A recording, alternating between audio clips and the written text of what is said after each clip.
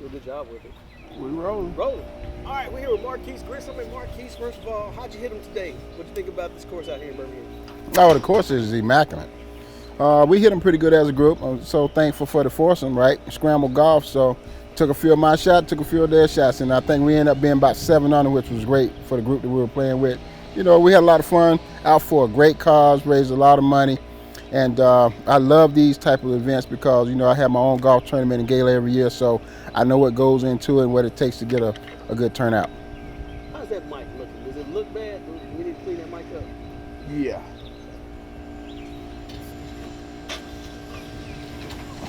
What's up, my man? Nice How you doing? man. Nice to meet you, Nice man. to meet you. Sorry, being in your personal space. It's all good, man. Appreciate what y'all doing. Yes, sir.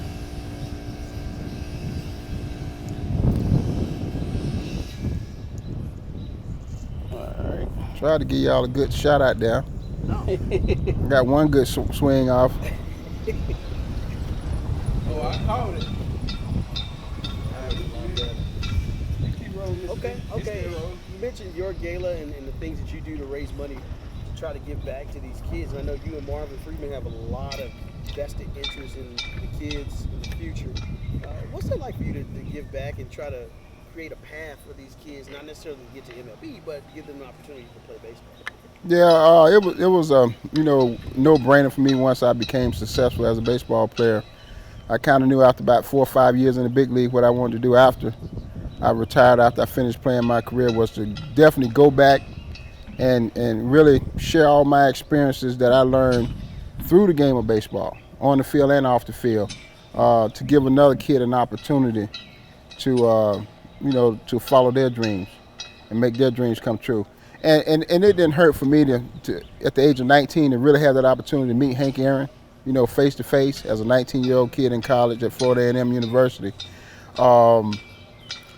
Tell me that if I can make it, you can make it, and that meant the world to me as a 19-year-old kid in college, and it kind of lit a fire up under my butt, man, to really go after my dreams and try to make it to the league. And then once I made it to the league, it was like a no-brainer. I almost feel like I'm obligated to go back and help other kids because of what I've seen. And not only that, I had great coaches in Little League Baseball and middle school baseball that really invest a lot of time and money into me as a player on and off the field. So it wasn't just about, you know, on the baseball field. It was making sure I went to class, making sure I had a good attitude towards people, make sure I respected everybody that was a little bit older than me.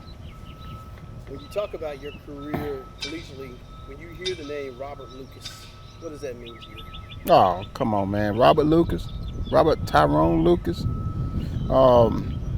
Probably the All right, we back, roll. Okay. We were just talking about Coach Lucas and some of the things that he kind of put in your ear, and you, as you get older, you say, oh, that's what he's talking about, that's what he's talking about. Do you find yourself, not only in your coaching, but as a dad, with the success that your son has had, saying some of those same things, and then he's kind of starting to get it? Is that how it happens? Absolutely. We kind of paying it forward and giving it to him ahead of time. And a lot of things I've told my son, Michael Harris, Lawrence Butler, all the guys that are in the minor league, big leagues, you know, they haven't quite experienced it yet. But when they get there, they run into that stumbling block, or roadblock, or detour. Hopefully they'll make the right decision and respond in the right way. And I think there's a lot of things that goes into that besides just baseball. You know what I'm saying? A lot of times, you know, we go to the big universities and we go to teams in the minor league or in the big league, and sometimes you might not be but 1 or 2 black kids on the team. And you gotta be a pioneer. You gotta keep proving yourself. You gotta keep paving the way for the next generation of kids that's coming behind you. So yeah, when you get to that level where you're at the top, it's a responsibility. And you are making a difference. You are making an impact, whether you know it or not, whether you approve it or not. But people are watching you when you're at the top. You know, one thing I noticed, it almost seems like there's not even that many black kids in HBCU baseball anymore. How can we get the kids back and make HBCU what it used to be? Well, I definitely think that Major League Baseball is doing a lot. You know, Tony Regan and Dale Matthews, those guys are going well and beyond the call of duty to to create all these different events to get these kids on that showcase platform where they can display their talent and play against some of the top competition in the world to get the exposure that they need. And then you're talking about the HBCU All-Star, which went well last year in Seattle. I was happy to be a part of that and a participant of that, to see the fans come out to the game to support the HBCU, and these guys having the game televised to where now the scouts and the other different colleges that can see the product that we can put on the baseball field, which was absolutely awesome. And I think as we continue to just keep growing and giving these kids and creating opportunity for these kids to showcase their talent, we're moving in the right direction. But there's definitely room for more and for more improvement. You work a lot with the Breakthrough Series. You've been down to Vero Beach, been all over these different places. How confident are you that these kids are taking to it? I mean, are they on the right track? I mean, there's so many distractions that kids have nowadays, but you're working with these kids every year, every summer. Yeah. What do you see in the future? It's definitely moving in the right track, and the kids are picking it up. And the ones that don't pick it up, don't quite get it, you know, that's something they got to really invest more time and interest in. You know, they get a chance. Some kids can't hack it when you come down and you play against some of the best competition. And it's different when you're playing with all black group of kids as well, too. So it's a big difference. So the real talent and the real pressure come out from the peer pressure with just talking smack or competing. But all the kids that come through the Breakthrough, Hank Aaron, EDI, those are some fierce kids. They're great kids. They're getting it and they appreciate it. And not only that, every kid, we're not going to touch every kid, but those kids that come through those programs and a whole bunch of other programs across the country, they getting it. They want to play. It's just competition. Every kid ain't going to make it to the top. But you can become a high school starter. You can go to college and get your degree through baseball. And you can get drafted and go play minor league or pro ball. And to me, all of those are success. If you start on your high school team, you're successful. You go to college and play baseball, you're successful. Everybody's not going to make it to the top. But you can become a professional and a product in the community. And that's what it's all about, really, man. Graduate from high school, go to college, get that degree, and become a productive citizen. You know, HBCU, Breakthrough Series, Hank Aaron, now all that, we kind of parlaying that into this tribute to the Negro Leagues game here in Birmingham at Rickwood Field. And you're here helping raise money for that. What are your thoughts on what Major League Baseball is doing as far as the tribute and the salute to Willie Mays and all the different things that are going to be happening here in Birmingham? It's awesome. You know what I'm saying? I had the opportunity to be around Willie Mays for a whole 3 years, to where he's in spring training. He's coming to the home games in San Francisco. And, you know, that's just capped off my career, to be able to be around two of the greatest players that ever played the game, Barry Bonds and Willie Mays, every single day for 3 years. The information, the experience, and to really see what, you know, it feels like to hit 755 home runs. Hank Aaron did that. I knew him. Barry Bonds hit over probably 800 home runs, probably would have hit 900. I knew him. I could pick up the phone and call him. I can call Willie Mays. So it just warms my heart for those guys to get the attention that they need, right? And then to be doing anything in honor of Willie Mays, Hank Aaron is unbelievable. And those are the fathers, those are the guys that are bigger than life, that we need to keep praising and keep reminding kids of how they paved the way for everybody else. You know, my brain is like a video recorder. Sometimes I can, you know, you may say something and it just like an image might pop up. And so I'm imagining you in San Francisco. And the play that I'm seeing is considered one of the worst base running things that has ever happened in the history of baseball. And you laugh because you remember. Walk me through that, and what were you thinking as the batter when that happened? Well, it's tough. And, you know, I understand, you know, you're coming into the game, and as a big league player, you got to know the situation, you know what I'm saying? And you got to know how many outs, you got to know if the ball's going to land. That's the first thing you do when you get to first base. You get the signs from the third base coach, you check your outfielders, then you find the baseball. And I know it was tricky, it was a little wind, but the base running was bad. We know the base running was bad. But I'm just trying to, if he just look at me, I would give him the direction which way to go, because I was right on his butt at second base. Go to third, go to third, go to third. But when he ran back across the bag and didn't touch the bag, that we were in trouble. We were in trouble. But it happens. It happens. And unfortunately, I think we still won the game though. And you still laugh about it today. Yeah. It's just one of those things. It's a blunder. It's a base running blunder.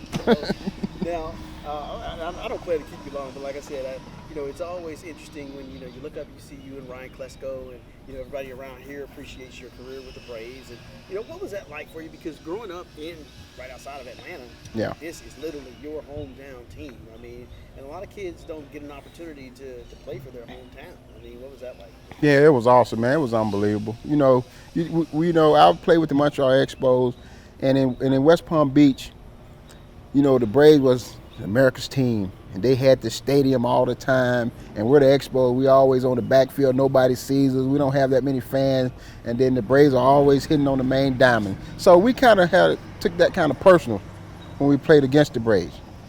And, it was always good competition because they had the best pitching staff. We probably had the best young farm group. And but to be able to compete against them all those years, 4 or 5 years, then get traded to the Atlanta Braves, and I'm like, wow, I got a good chance to win the World Series. With that pitching staff and the guys we got that can hit and the defense, we got a chance. And to be able to play in your hometown, man, ain't nothing like it. And to win a World Series, it's nothing like it. I could have retired after that. That's how I felt. I felt like I had a sense of accomplishment, right? I done did it. I made it to the league, won me a world championship, right? But it's just the love for the game that just kept me going. I want more, I want more, I want more. And that's all it is about being competitive, man. And I wouldn't change nothing in the world for that. You know what I'm saying? Not only that, 25 unbelievable guys on that baseball team. And John Sherholtz and Bobby Cox, right? We had the best coaching staff. We had the best general manager. And all of that stuff add up to greatness for me. You look at it now, there's 6 guys in the Hall of Fame, 5 players, I think, and the coach. And Bobby Cox, all of those guys in the Hall of Fame. I played with 6 Hall of Fame guys. That's how I look at it, man. And those memories and the things we accomplished, that's what it's all about. If somebody remember me after we gone about winning the 95 World Series or playing for Atlanta Braves, that's all we can leave behind when it's all said and done. Somebody remember you. Throw in the fact that this is your first year in Atlanta. You're in your hometown. But the year before, you guys were in Montreal. You are on a roll. You are one of the dominant teams in all of baseball, not just the National League. Yeah. And it's over. And you say, what could have been? You think, okay, we had a great run. We could have, a lot of people picked us to go to the World Series. It would have meant so much.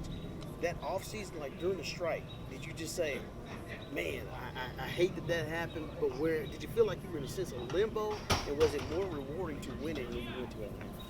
Well, I think during that situation, man, it's like we got to stand up in '94 as a group, as a union. We had to stand up for what we thought was right, the bargaining agreement and everything that went on. And I understood that. I was young, but I kind of understood that. And I think we did the right thing. You know what I'm saying? Even though it cut the season short, hey, if the season over, we felt like we were the better team. And everybody asked that all the time. Would you think we had won the World Series? It could have been a good chance. But you look at the Braves, they had the best pitching staff, and it always come down to pitching. So if they perform, and even though we had just swept them in Montreal, so we had a 6-game lead, you just never know. They had a good team, we had a good team. We were kind of young, and so when you get in that playoff situation thing, man, and I had the opportunity to go 3 years in a row, it's different. You don't know how guys gonna respond. But for me, I love the lights. I love when the pressure's on, because that's what competing is all about. That's what competition is all about. And a lot of guys can't handle that. But for me, it was very rewarding, to win a World Series in '95 with the Atlanta Braves. But of course, I would have loved to see what we would have did in '94 against anybody, not just the Atlanta Braves. Last question for you. Well, actually, I got 2 questions. But last, this section of question. All those teams you played for, great teams. You played in LA too, right? Yep. You played LA, Milwaukee, San Francisco, Atlanta. All those places, who would you say, who comes to mind when you hear the word clutch? Who's the most clutch player you played with or against? That's a tough one. I won't say myself, but you can say that. I like I told you earlier, I love the pressure, but We had a lot of guys, man. I think I would say, I played with Manny Ramirez in Cleveland in '97. He was clutch. He loved the pressure. David Justice was clutch to win it for us in '95. I love Fred McGriff. He was clutch to get us to the playoffs and to the World Series. It's just so many guys. I can name, 2 or 3 guys on every team that I played with because we were winners. We went to the World Series 3 years back to back to back. It ain't just me, but that's a lot of guys. You talk about the pitchers, who would I want on the mound? Tom Glavine, John Smoltz, or Greg Mack. Any one of those guys I'll take in any game 1 through 7. So we had a bunch of clutch players, but that's what winning is all about. But it all has to come together. You got to have the pitching, you got to have the defense, then the hitting is the last thing you worry about when you're building a winning team. Gotcha. Okay, well, I got to ask you this, otherwise I might get rolled out the wheel. Being around Papa Jack, you guys were together in Milwaukee. Yep. And what type of hitting coach was he? And what are your memories of him? And he's putting together a foundation as well. You guys are fighting the same battle, fighting the same cause for kids. Papa Jack was a terrible hitting coach. He was terrible. Just joking. Don't y'all delete that now. Nah, seriously though. But let me tell you something about Papa Jack. We had a situation in Milwaukee where we had 2 hitting coaches. We had Bumper Johnson. We had, I think, Jim Lefevre as the hitting coach. I was struggling a little bit, and Papa, I said, Papa, we gotta go do something, man. I need you.